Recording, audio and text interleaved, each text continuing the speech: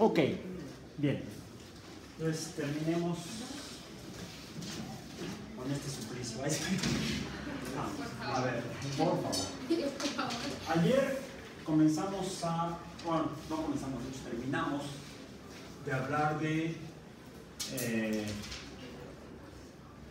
luz como en la que encontramos, llegamos a la conclusión de que la luz es un fenómeno de ondas, se comporta como ondas, lo verificamos muchas veces, todos los días, cada vez que vemos. ¿Por qué vemos? Porque la luz se refleja en los objetos. También pudimos experimentar con la luz y observar las otras propiedades de los fenómenos ondulatorios que también nos presenta la luz. Ahora, es que la luz definitivamente es entonces algo que se comporta como onda, ¿sí? Son ondas, pero además, a partir del estudio de la electricidad, las propiedades de la electricidad y del magnetismo, primero se observa que la electricidad y el magnetismo están relacionados, íntimamente relacionados, son dos partes de un mismo fenómeno finalmente, y al analizar esa relación entre la luz y entre la electricidad y el magnetismo, se concibe lo que llamamos electromagnetismo. Y a partir de esa misma relación encontramos que el electromagnetismo está definido por un número que no coincide, sino que corresponde a la velocidad con la que se propagan las ondas de luz. Ergo, la luz, las ondas de luz son un fenómeno electromagnético. Por eso decimos que son ondas electromagnéticas.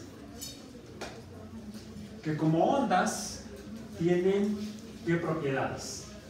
Tienen una longitud de la onda que es inversamente proporcional a la frecuencia. Lo voy a poner para fines de lo que vamos a hablar hoy al revés. La frecuencia es inversamente proporcional a la longitud de la onda. Pues más, lo voy a poner en orden invertido. El inverso de la longitud de onda es proporcional a la frecuencia. ¿Y eso por qué? Vimos además que hay diferentes tipos de luz. Se ven diferentes tipos de luz. ¿Diferentes en qué? Al menos en una propiedad que llamamos color. De la luz blanca, que sale de una fuente de luz como el sol o como una lámpara, y ya hace rato compartí unas imágenes en mi muro de Facebook, o biografía, o como le llamen. Bien. De la luz blanca, y eso fue algo que descubrió Newton, sale luz de diferentes colores. Decíamos que 6 colores de la luz, aparentemente. Newton dio 7, no sé de cuál habrá fumado. Y esos colores de luz dijimos que eran el violeta, el azul, el verde, el amarillo, como el bolillo, el anaranjado y el rojo. Mencionamos que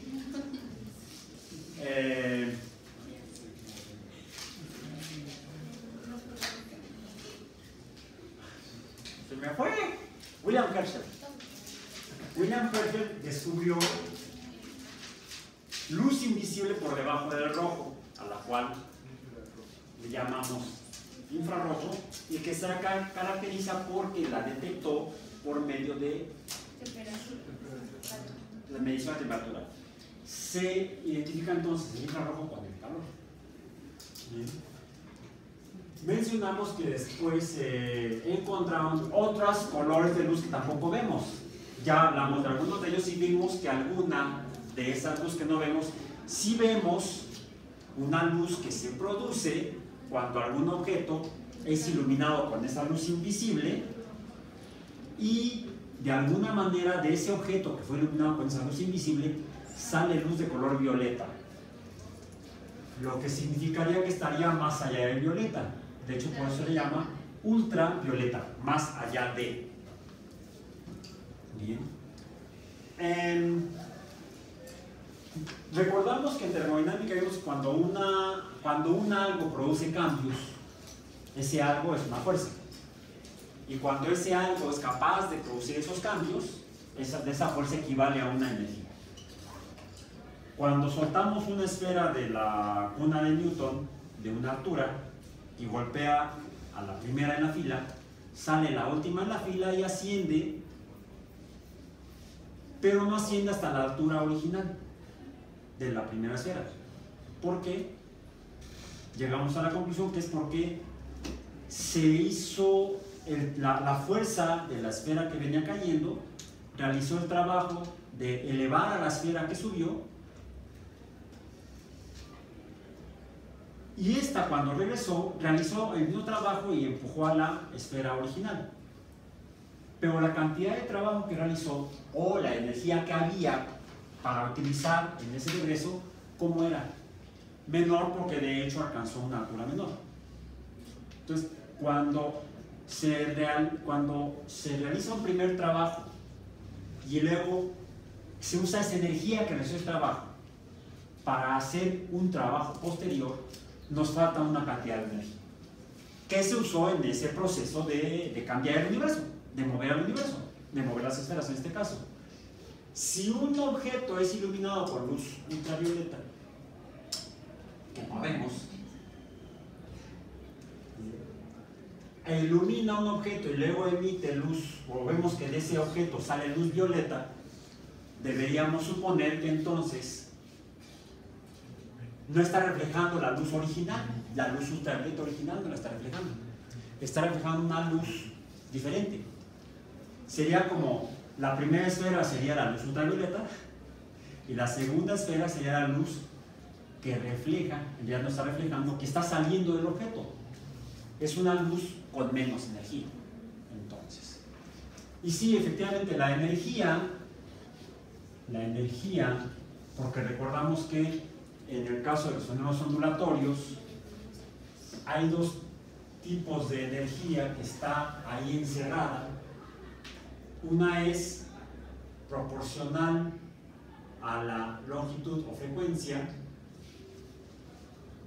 y otra es proporcional a la altura o amplitud. Y hay otra energía que es proporcional a la amplitud. Bien, bueno. Esta tiene si la luz son ondas y son diferentes, significaría entonces que tal vez son diferentes en sus longitudes o frecuencias. ¿Cuál luz tendrá la mayor frecuencia de estas que están en la luz blanca? De los 6 colores de la luz blanca. La violeta tendría la mayor cantidad, el número de frecuencia más grande. Qué fea nube que va ahí. Y voy a cambiar de plumón porque este ya no se ve. Aunque tengamos luz visible, no se ve. Frecuencia. Por lo tanto, la del rojo tendría una frecuencia menor. Si la energía es proporcional a la frecuencia, ¿cómo es la energía aquí? Pues es mayor acá que acá. Quiere decir que hay una relación entre la cantidad de energía de un fenómeno ondulatorio y la frecuencia. Es aquí donde las ondas electromagnéticas, como las de la luz, se comportan diferente a las ondas mecánicas como las del aire, cuando vibra y produce sonidos, o la del agua cuando se forman olas en su superficie. Porque ayer alguien preguntaba,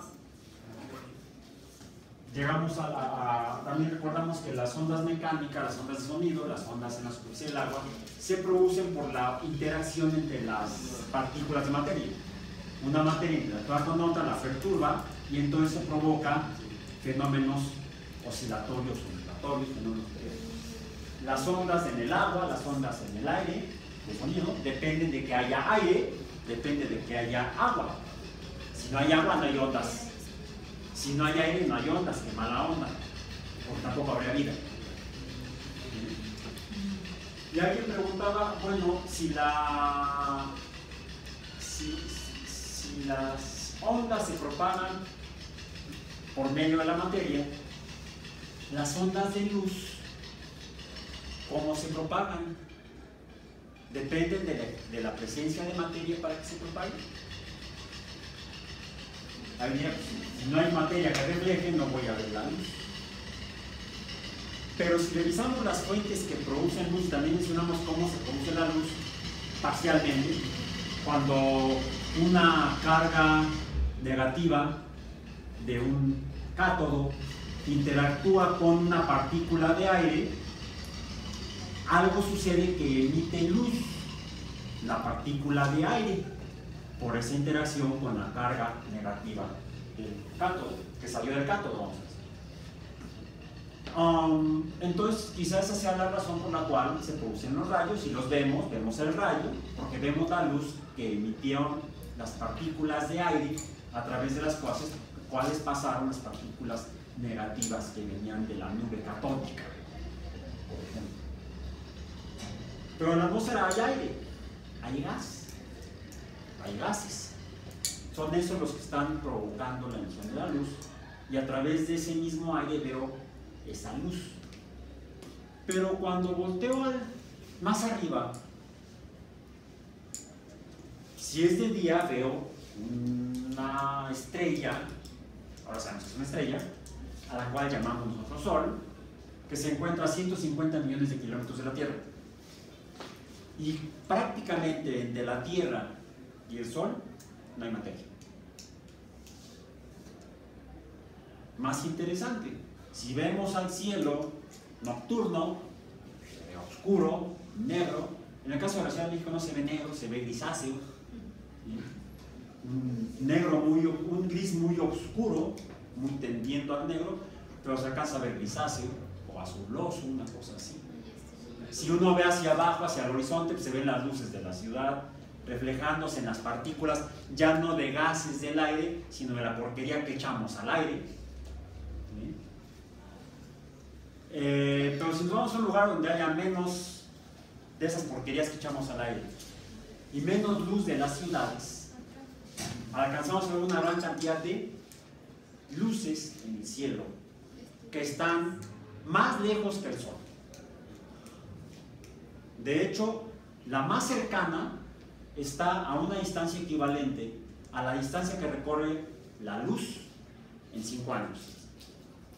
Ayer veíamos cuando revisamos la velocidad de la luz, que nos permitió entender que la luz son ondas electromagnéticas. Vimos que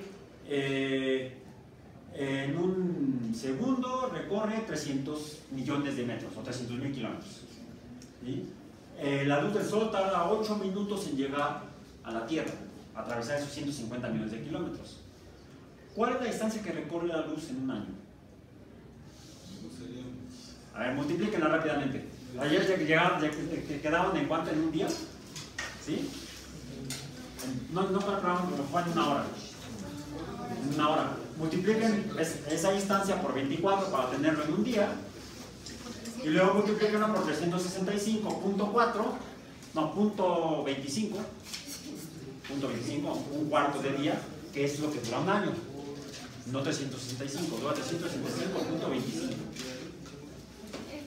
¿Cuál es la distancia que recorre la luz en un año? Es distancia, es longitud, no es velocidad.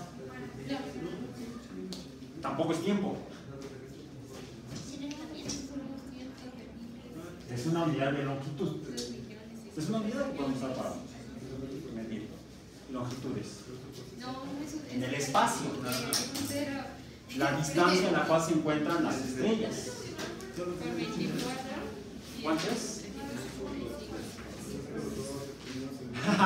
56 por 10 a la 12. 57 por 10 a la 11. Calculas, ¿esto es metros o kilómetros? Esto es una hora. Kilómetros. Porque si no habría que agregarle 3 ceros para tenerlo en metros.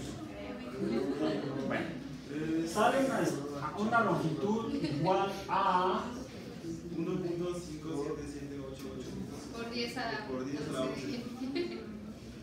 ¿Está partiendo de los kilómetros o de los metros? De los kilómetros. De los kilómetros. Porque era una hora, ¿no? Se multiplica por 24 Sí. kilómetros. 300.000 por 24. Así es lo bien. A ver. Revisa. Entonces, ¿cuál es la cantidad? Ay, perdón. Perdón. Ay, sí, yo me Es confundí. 10. Vamos a poner el exponente es 10. 57 por 10 a la 11. 1.57. 1.58 por 10 a la 11 kilómetros. Ya es una cantidad tan grande de esta longitud, es un número tan grande que... multiplícalo por 5. Multiplícalo por 5. Por los 5 años. Sí, porque la estrella más cercana, que es la estrella Alfa en la constelación del Centauro, Alfa Centauri, ¿sí? No, del Centauro. Caballo, cuerpo de caballo, torso de hombre, es un centauro. Lo que se confunde con Sagitario, pero no, es Alfa del Centauro. Le llaman Alfa a los astrónomos porque es la estrella más brillante en la constelación del Centauro. Siempre la estrella más brillante de una constelación es la estrella Alfa. La que sigue en brillo es Beta, y así sucesivamente. Alfa del Centauro está a 5 veces la distancia que recorre la luz en un año. Por eso él dice que está a 5 años luz de distancia de nosotros. Digo, ya a esta distancia, 150 millones de kilómetros, es una baba. No pinta. Entonces podemos decir la distancia de la Tierra Alfa del Centauro, la distancia de la Tierra al Sol, de Alfa del Centauro al Sol, es lo mismo, casi es lo mismo. ¿Cuánto es en kilómetros? Sería 5.58 por 10, no 5, no, 5 por 5, 25, serían 7. 7.8 por 2, 16, entonces serán 9, 6, etcétera, redondeando, por 10 a la 11 kilómetros. Es una cantidad absurdamente absurda. 7.9, 1, 2, 3, 4, 5, 6, 7, 8, 9, 10, 11. Ahí está en... Ya te olvidé que estábamos calculando. ¿Eh? Ya te olvidé que estábamos calculando. Ah, sí. Son 790.000.000.000 de kilómetros. 790.000 millones de kilómetros. 10 a la 11, ¿no? Sí. Kilómetros. Si lo ponemos en metros, son 790 billones de metros. Ya es inconcebible. Ok. Eso en cuanto a la luz. Para recordar las estadísticas. Ok. Regresemos al concepto de energía en la luz. Entonces, la diferencia entre la luz violeta, azul, verde, amarilla, anaranjada, roja es la frecuencia y por lo tanto la energía y por lo tanto la capacidad de hacer algo, de hacer algún tipo de trabajo. ¿Como cuál? Como por ejemplo, producir más luz. ¿Sí? O incluso calentar. Yo puedo usar una lámpara de luz blanca o una lámpara roja, iluminar un objeto, va a interactuar esa luz con ese objeto y el objeto regresaría al entorno otro color de luz. ¿Cuál? Infrarroja. lo ilumino con luz roja y siento que el objeto está caliente, emite infrarrojo. Yo ilumino un objeto blanco con luz ultravioleta y el objeto me regresa luz violeta. Yo ilumino un objeto con luz violeta o azul y quizá me regrese luz verde. Mi reloj, no lo puedes ver aquí, el de fenómeno, es un reloj para buceo y en el cual las agujas tienen una cosita blanca medusa. ¿Sí? Sí. Si lo ilumino y luego apagamos la luz, vamos a ver que las agujas, sí, porque entonces lo puedes ver más claramente cuando estás abajo del agua, ¿sí?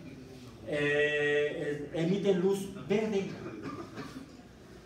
Aunque la luz sea blanca completamente, emite luz verde, emite menos energía de la que le llegó. Quiere decir entonces que la luz interactúa con la materia y las cargas eléctricas interactúan con la materia y emiten luz. Esa es la forma en la que se produce la luz. Las cargas eléctricas chocan con la materia y algo sucede que emite luz. Pero para que choque debe coincidir la cantidad de energía que tenga esa carga eléctrica negativa, a la cual llamamos portador de carga eléctrica o electrón. Las cargas eléctricas negativas que salen de los cátodos son los electrones. Y los cátodos están hechos de materia. ¿De dónde salió el electrón? De la materia. Entonces el electrón es una cosa con carga eléctrica negativa que forma parte de la materia. Bien. Interactúa con la materia y puede provocar que emita luz. Para que suceda, la cantidad de energía de la carga eléctrica debe corresponder a la cantidad de energía de la luz que es emitida. Hay una relación entonces entre la cantidad de energía y el tipo de onda. Esa relación la definió Max Planck.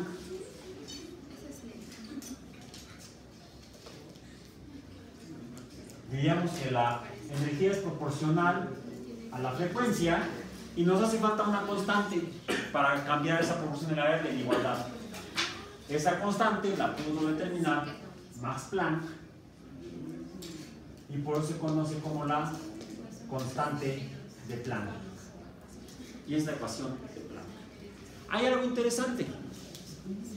Mencionamos que Newton descubrió el espectro de la luz blanca. Posteriormente, Herschel descubrió más luz. Y hubo otros físicos que encontraron más luz. Hubo otro que vieron ahí en un video, mencionaron, otro físico, Joseph Fraunhofer.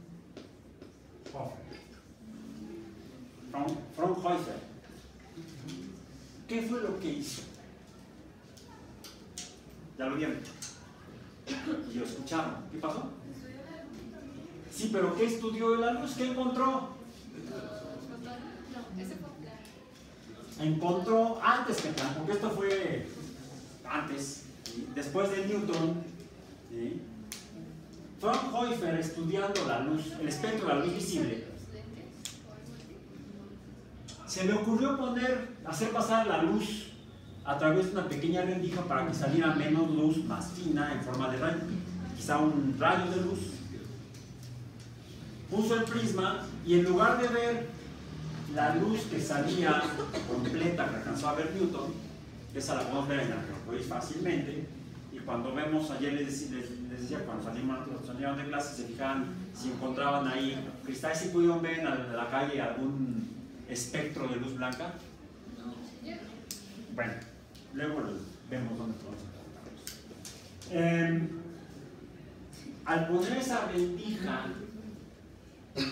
lo que encontró Fraunhofer, poner el prisma y además usar lentes para concentrar la luz, encontró que en esta luz, que sería del violeta al rojo, viendo la luz del sol, le faltaban o había como unas ranuras o unas zonas oscuras en lo que aparentemente era un gradiente, una variación de tonalidades desde rojo hasta violeta. Por eso es que le puse yo esos huecos aquí, le borré. Aquí habría entonces una sombra, otra sombra tal vez, otra por aquí, otra acá, otra aquí, dispersas de manera no homogénea. Había más en alguna región que en otra. En el espectro de la luz visible, entre el rojo y el violeta, encontró unas franjas como sombras, donde faltaba luz, faltaban pequeños segmentos de luz en eso. Poco después, en el mismo siglo XIX, un par de británicos, Gustav Kirchhoff y Robert Bunsen, lo que hicieron fue no hacer lo que hicieron Newton y Fraunhofer, que fue tomar de la luz del sol, o hacer pasar la luz del sol a través de un prisma y ver los colores que salían de la luz blanca del sol, sino que ellos lo que hicieron fue quemar elementos químicos, quemar materia. Trabajaban, de hecho, para la industria, creo que no lo mencionan en el video, trabajaban para la industria del carbón británica. Y buscando lo que ya se ha observado es que cuando se ponían muestras de carbón en un mechero, se quemaba el carbón, emitía una luz blanco-azulosa, pero con frecuencia se veían luces de otros colores. Bunsen entonces lo que hizo fue mejorar el mechero para quemar muestras de carbón, de ahí que inventó el mechero de Bunsen. Si hubiera sido Martínez, habría sido el mechero de Martínez, pero no, fue Bunsen. Y con Gustav Kirchhoff se puso a analizar muestras de carbón de las minas británicas. Y lo que encontraron fue, al poner un prisma, que ellos suponían, bueno, emite luz, como el sol, ya, por supuesto, conocían los trabajos de Newton, conocían los trabajos de Fraunhofer, y lo que hicieron fue quemar muestras de carbón que emite luz, poner un prisma y con un lente ver la luz que salía del prisma. Y ellos lo que vieron fue no que salía luz blanca con sombras oscuras, sino que salía luz, rayas de luz, no de oscuridad, no sombras, rayas de luz que coincidían con las franjas de sombras que había visto Fraunhofer. Esto fue lo que vieron Gustav Kirchhoff y Robert Bunsen. Y no solo eso, ya se conocían diferentes elementos químicos. Recordemos que la teoría atómica fue publicada en 1809 por John Dalton, también británico. ¿Sí? John Dalton, retomando los trabajos de los alquimistas previos, ¿sí?, llegó a la conclusión de que la materia está formada por compuestos químicos muy simples que no se pueden descomponer más. Ellos sean los compuestos químicos elementales o la materia elemental del universo. Los compuestos químicos elementales, los elementos químicos. No había nada más simple que ello con propiedades químicas. Se conocía el hierro, de hecho desde la edad del hierro, el cobre, poco después, desde la edad de cobre. Los egipcios usaban herramientas de cobre para construir sus ciudades y sus pirámides y sus templos. Imagínense, no herramientas de hierro. La edad del hierro fue posterior. Se conocían elementos como el zinc, fundiendo zinc y cobre y mezclándolos, esperando que se solidifique, se obtiene un nuevo metal, que sería una mezcla de dos metales, el bronce. ¿Bien? Entonces ya se conocían algunos elementos químicos desde la antigüedad.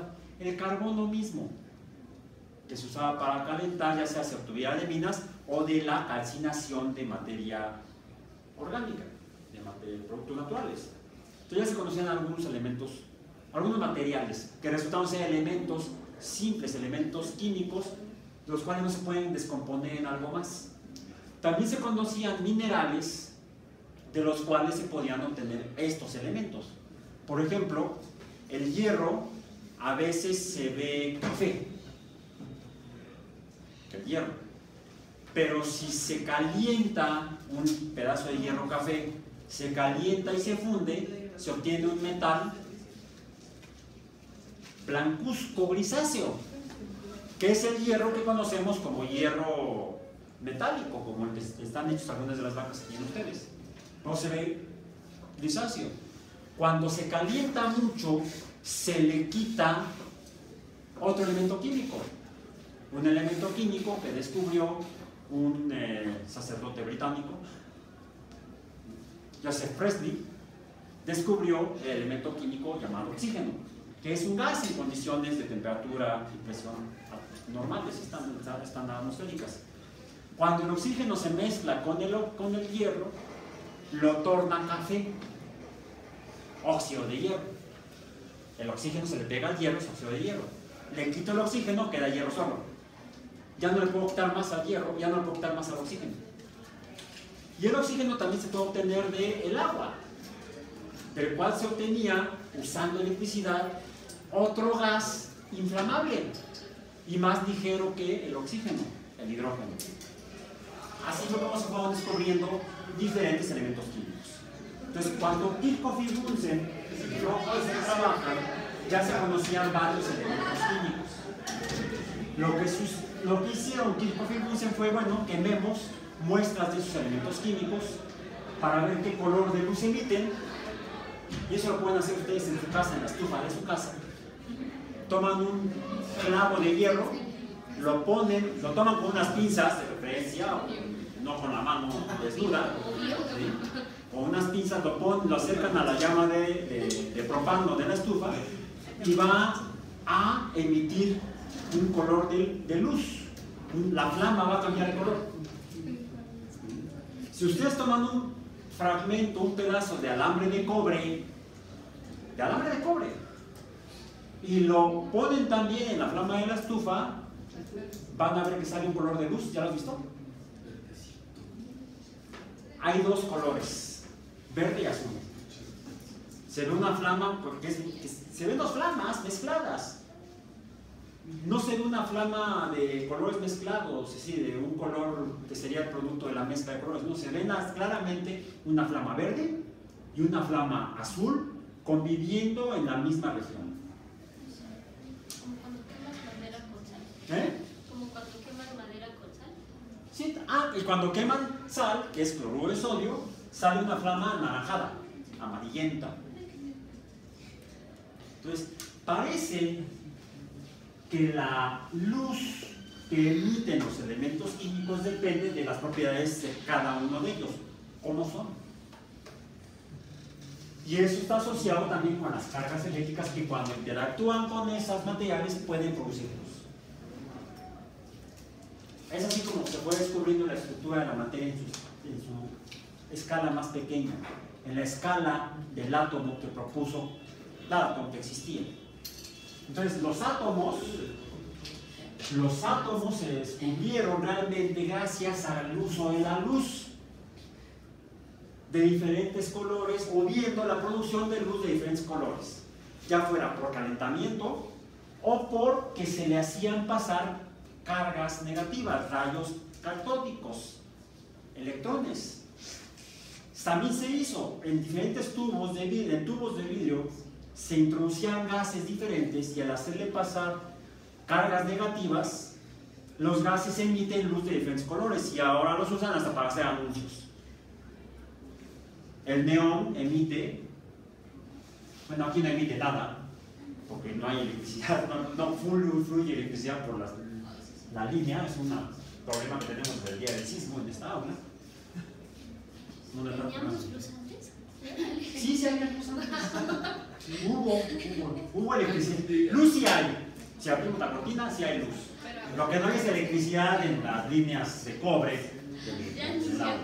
Entonces, se descubre el átomo el cual está formado por cosas con carga negativa.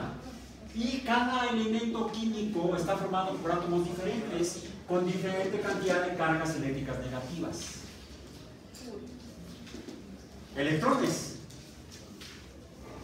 Estos electrones están adentro del átomo. La primera propuesta de estructura del átomo fue precisamente la propuso Dalton. La materia tenía cargas negativas y era feliz la materia. Ahí está. Ahora parece un ciervito. Okay. Posteriormente, ya que se descubre más luz acá, invisible, luz a la que se le llama, no sabemos qué es la luz X, rayos X, rayos alfa, luz beta, luz gamma. Bien, ¿en qué se diferencian? En la cantidad de energía. La energía de esta es mayor que esta. Bueno, pues sabiendo eso los físicos lo que hacen, bueno, bombardeemos, arrojemos partículas de este tipo de luz, alguna de estas, a los átomos de la materia, y fue así como diferentes físicos como Rutherford encontraron que aquí también había cargas positivas, porque las cargas negativas que se aventaban chocaban con algo adentro del átomo, pero además era curioso, pareciera que en átomos grandes como el oro, las partículas como que se asumían debido a los efectos, había algunas que se adherían, deben tener carga igual, carga diferente, y otras seguían de largo, y otras aquí se desviaban o colisionaban aquí, se quedaban. Arrojo una cantidad de cargas negativas y acá las cuento cuántas llegan al otro lado. Si me faltan, algunas se quedaban ahí. Además de que otras las detecté por acá. ¿Sí? Fue así como se descubrió el núcleo atómico, que suponía que las cargas negativas deberían estar de alguna manera alrededor del núcleo atómico. Finalmente, Niels Bohr lo que se da cuenta es que esto no puede estar regado al azar. No puedo tener dos de estas cosas, más de dos de estas cosas juntas, porque habría una repulsión electrostática. Bien, de ahí entonces que esto debería estar arreglado de alguna manera alrededor del núcleo positivo. Deberían estar las cargas negativas separadas del núcleo. Quizá una de un lado negativa y otra negativa del otro lado. Bien. Y las otras dos, pues alguien podría decir, las pongo acá. Pero también aquí tenemos una atracción electrostática. ¿Sí? Aquí una fuerza de atracción electrostática. Lo que encuentra Bohr es que esta estructura no sería, o esta distribución no sería la más razonable, porque la distancia entre estas cuatro cargas negativas haría que la repulsión fuera muy grande. Las siguientes dos deberían estar en otra región más lejana. Y sí, cada color de luz, ¿en qué se distingue? En color, en las rayas que emite y por lo tanto la energía de la luz que emite. Si emite luz de diferentes colores, ¿qué significa? Que tiene un algo o tiene varios algos con diferente cantidad de energía. Y aquí hay fuerza eléctrica de atracción electrostática. Sería más fuerte la atracción aquí, habría una cantidad mayor de energía, y sería menos fuerte la atracción electrostática entre esto y estos dos que están afuera. Están más lejos, la fuerza es menor, la energía sería menor. Si esto sacara los electrones, implicaría, si sale el electrón de aquí, implicaría una cantidad de energía menor. Y ya vimos que la luz está relacionada con los electrones. Los electrones chocan con la materia y producen luz. ¿De qué color será la luz? Dependerá de la región, la distancia a la cual se encuentren los electrones del núcleo atómico. Si un elemento es capaz, como el cobre, de emitir dos colores de luz, ¿qué significa? Que están saliendo electrones de diferentes regiones. Y hay otro concepto que sale de aquí y que vamos a revisar rápidamente para terminar el día de hoy. Ya nos vamos en 5 minutos, un poco más. Este modelo de Bohr coincide con la ecuación de Planck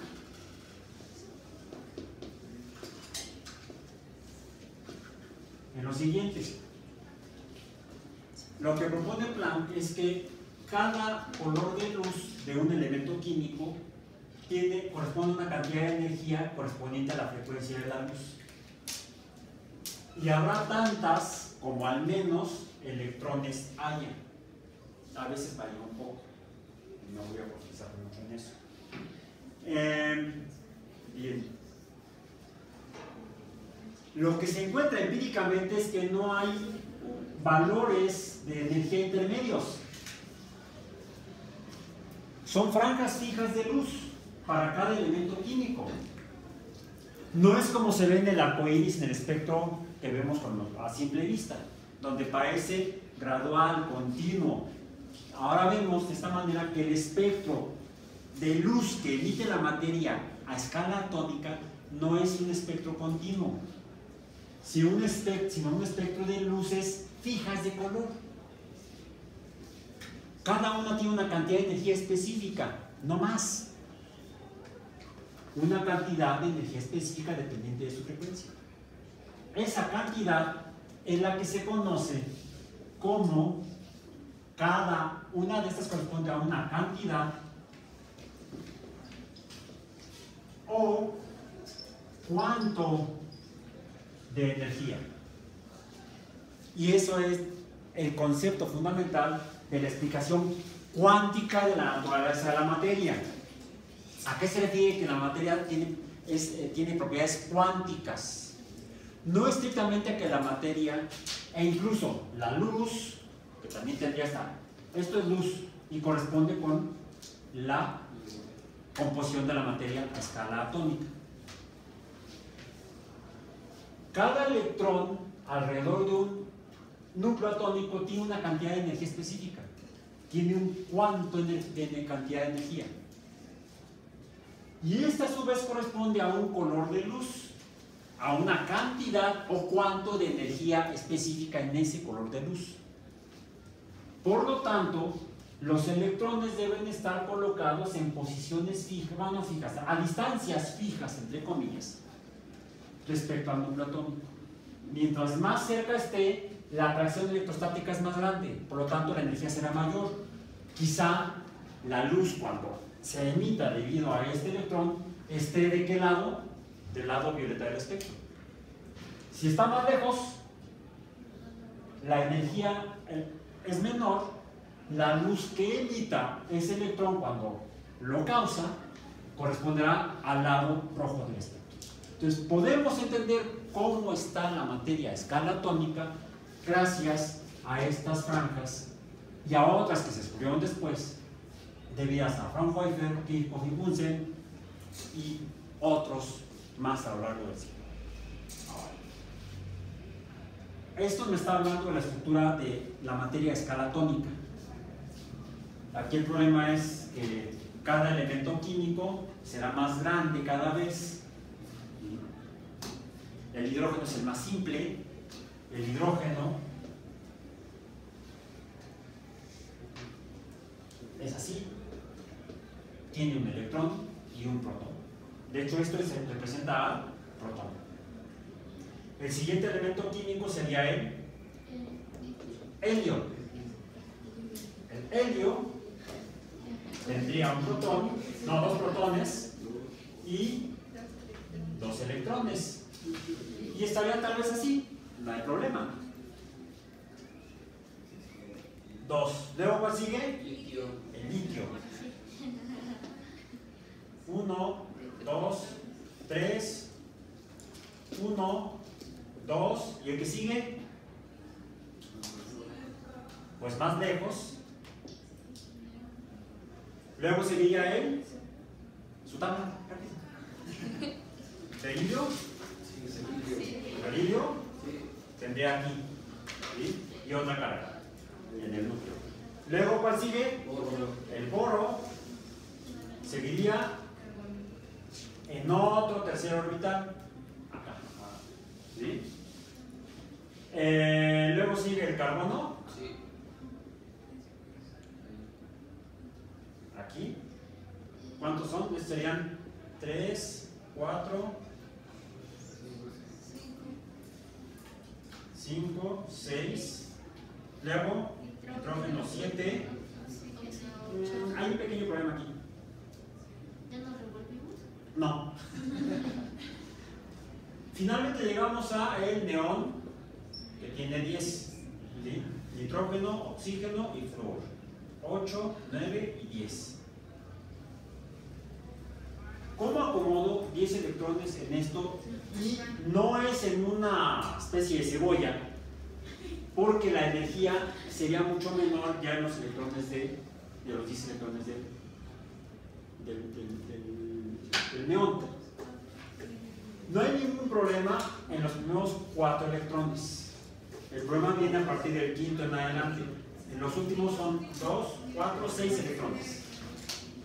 ¿Cómo acomodo en un espacio tridimensional 6 electrones que además tienen más o menos la misma cantidad de energía estos 6 electrones? Que es diferente a la de los 4 previos. ¿Cómo distribuyo 6 electrones en un espacio tridimensional? En un espacio cartesiano los puedo distribuir 2, 2 y 2. La cuenta que te salía Ponche en el béisbol. 2 bolas, 2 strikes y 2 outs en la novena entrada. Okay. X, Y y Z. En el centro está el núcleo atómico. El primer orbital, que sería no como en la órbita de un planeta alrededor de una estrella, sino sería más bien una esfera. Porque el espacio tridimensional no es plano. El espacio tridimensional no es plano. ¿Bien? Y ahí habría 2 electrones. Hablando de el litio 1, el helio 2. En el siguiente átomo tendría otra esfera alrededor, pero los electrones no pueden ocupar el espacio de la esfera interna.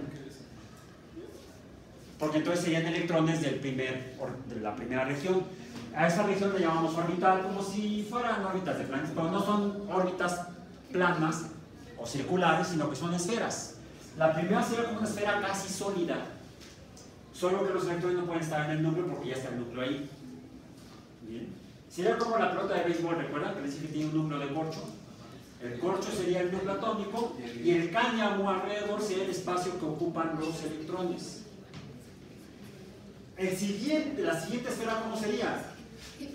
Como si metiéramos esa pelota de béisbol adentro de una pelota de fútbol, por ejemplo. La pelota de fútbol es hueca.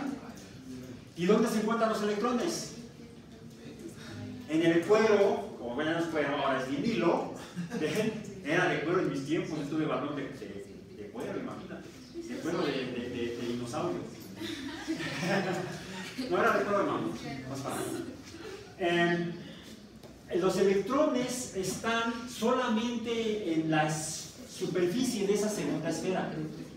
Alguien pensaría, bueno, los siguientes están en una siguiente esfera, no, porque son 6 electrones y habría una gran repulsión entre ellos. Entonces, lo que sucede es que para el caso del boro, el siguiente electrón debe estar en alguna región en el eje X.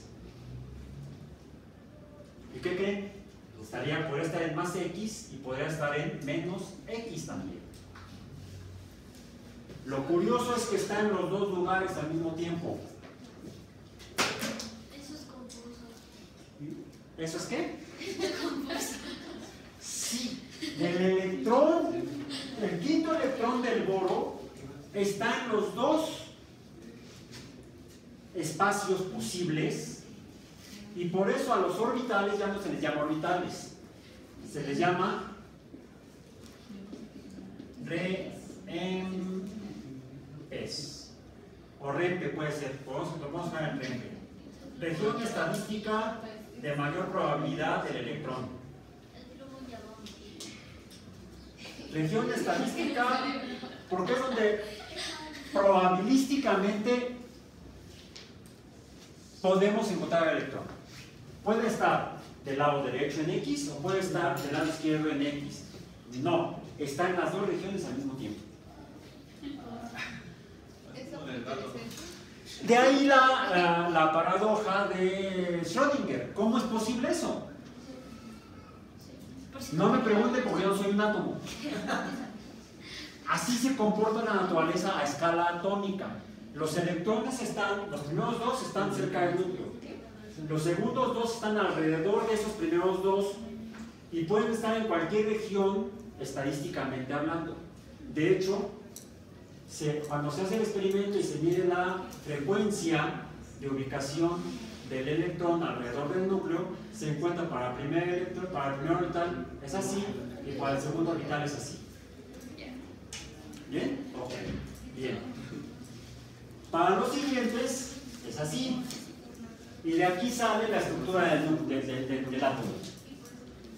Ahora, ¿dónde están los dos electrones que siguen del carbono? Ahí diría que uno está en más X y otro está en menos X. Ojo. X está a la misma distancia del núcleo, no importa si es más o menos, por lo tanto es un solo orbital. No son dos orbitales, es un solo orbital, una sola región con dos espacios posibles. Una región con dos espacios posibles. Y en esas dos, es una sola región. Otra cosa que se encontró empíricamente es que este electrón, el sexto electrón, no puede estar en X. Podría estar en Y o en Z, pero no en X. De ahí salió una regla empírica. No se pueden llenar. Y además solamente caben dos electrones en cada orbital. ¿Por qué solamente caben dos electrones en cada orbital? ¿Han escuchado del número spin? Bueno, hay un concepto que surge, hay un conflicto que surge del fenómeno eléctrico. Tengo en el primer orbital dos electrones, dos cargas eléctricas iguales. ¿Qué habría dicho Coulomb? No pueden estar ahí, juntos. Hay una gran fuerza de repulsión, aunque el núcleo los esté jalando. Entonces, hay otra fuerza que debe compensar esta repulsión electrostática entre los electrones. ¿Cuál es esa fuerza?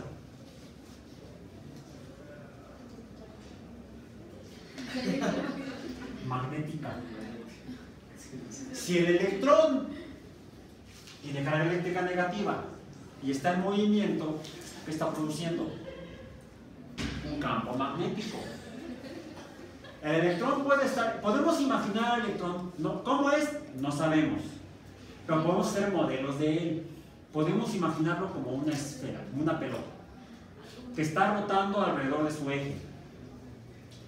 Por lo tanto, estaría generando un campo magnético en el sentido, recuerdan la mano derecha. Si hay otro electrón, otra pelota, que está rotando, ¿cómo se podría acercar al primero? Préstame tu mano derecha, porque nada más tengo una mano derecha, la pieza izquierda. Cuando bailo tengo dos pies izquierdos. Ay, sí, no es cuántico el fenómeno. ¿Cómo tienen que estar los dos electrones para poder ocupar el mismo espacio? Con campos magnéticos diferentes. No, con campos magnéticos. Con espines diferentes para generar campos magnéticos opuestos y entonces haya atracción. Porque si ambos electrones tienen el mismo momento magnético, habría repulsión. En este caso, los dos electrones estarían entonces en orbitales diferentes. Para estar en orbitales iguales tienen que estar con espines distintos, que es el sentido de la rotación imaginaria, pero verificada experimentalmente gracias a electrones. Para que dos electrones se ocupen un mismo orbital, deben tener espines opuestos. Si son iguales, no pueden estar en un orbital. Bueno. Ok, así debe ser en el helio. Ok, ya están.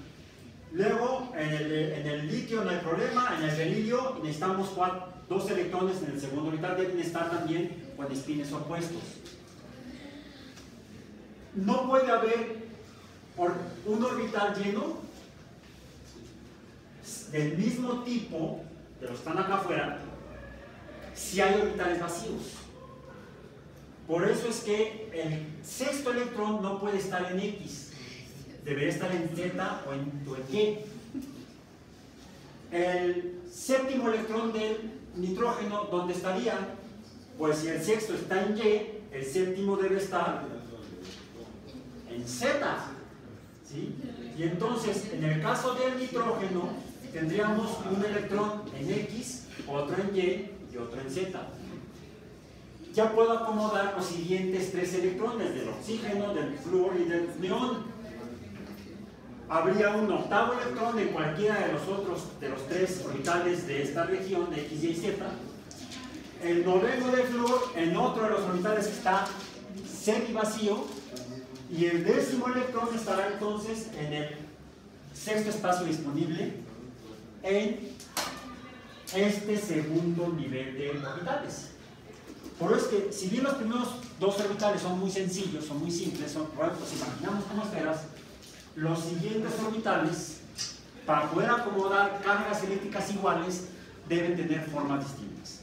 Y no nos metamos a los siguientes elementos del 11 en adelante, porque deben estar también ahí acomodados electrostáticamente estables. Y es lo que da a esas formas locas de los orbitales en los niveles D y F, para llegar a acomodar hasta 90 y tantos electrones, que son los 92 electrones que son los del radio, que es el elemento natural más grande. ¿Bien? Entonces, como se dan cuenta, la estructura de la materia salió a la luz gracias a la luz, a la teoría electromagnética y a la definición de Planck, gracias a un montón de experimentos previos, que ayudó a explicar la estructura del átomo a partir del modelo de Bohr. Ahora, de ahí hay dos conceptos fundamentales. Uno es el principio de incertidumbre, que da lugar al concepto del gato de Schrödinger, que es cómo es posible que haya dos electrones en un mismo espacio. Entonces, un electrón en dos espacios distintos. Así se comporta la materia. A escala atómica, no a escala macroscópica. Finalmente, la interacción entre átomos, gracias a estas propiedades, da lugar a la materia de la cual estamos hablando. Haremos una última revisión de estos conceptos para terminar de esta fumada del día de hoy, tratar de entenderla mejor el próximo martes.